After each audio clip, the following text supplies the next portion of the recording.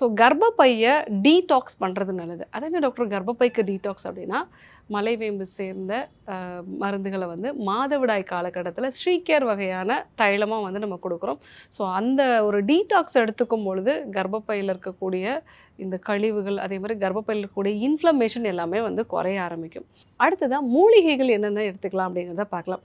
மூலிகைகளை பொறுத்த வரைக்கும் சதாவரி ரொம்பவே நல்லது. அதே மாதிரி அசோகப்பட்டை, திருஃபலா, கற்றாழை, மஞ்சள், மிளகு இது எல்லாமே இந்த அடினோமைசிஸ்க்கு ரொம்பவே நல்லது.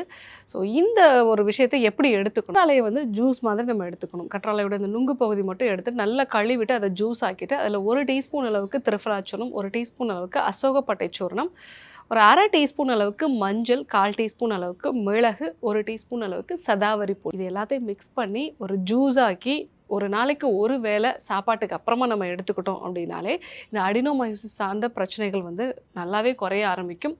உணவு முறைகளை பொறுத்த வரைக்கும் எண்ணெயில் பொரிச்ச உணவுகளை தவிர்க்கிறது நல்லது. உடலுக்கு இன்ஃப்ளமேஷனை வந்து குறைக்கக்கூடிய உணவுப் பொருட்கள், பழங்கள், காய்கறிகள் வந்து நிறைய எடுத்துக்கலாம். முக்கியமாக முருங்கைக்கீரை, பசலைக்கீரை, ஊற வச்ச வெந்தயம் வந்து எடுத்துக்கிறது நல்லது.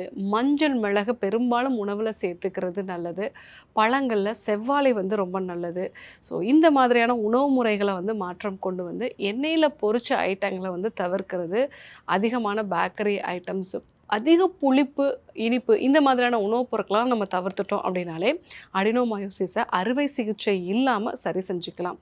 உங்களுக்கு ஹீமோக்ளோபினும் கம்மியாக இருக்குது அப்படின்னா மாதுளம்பழம், அத்திப்பழம், பேரிச்சம்பழம், தேனில் ஊற வச்ச நெல்லிக்காய், இந்த நெல்லிக்காயில் இருக்கக்கூடிய வைட்டமின் சி சத்தும் வந்து இன்ஃப்ளமேஷனை குறைக்கக்கூடியது. அதே சமயத்தில் உங்களோட ஹீமோக்ளோபினையும் வந்து அதிகப்படுத்தக்கூடியது.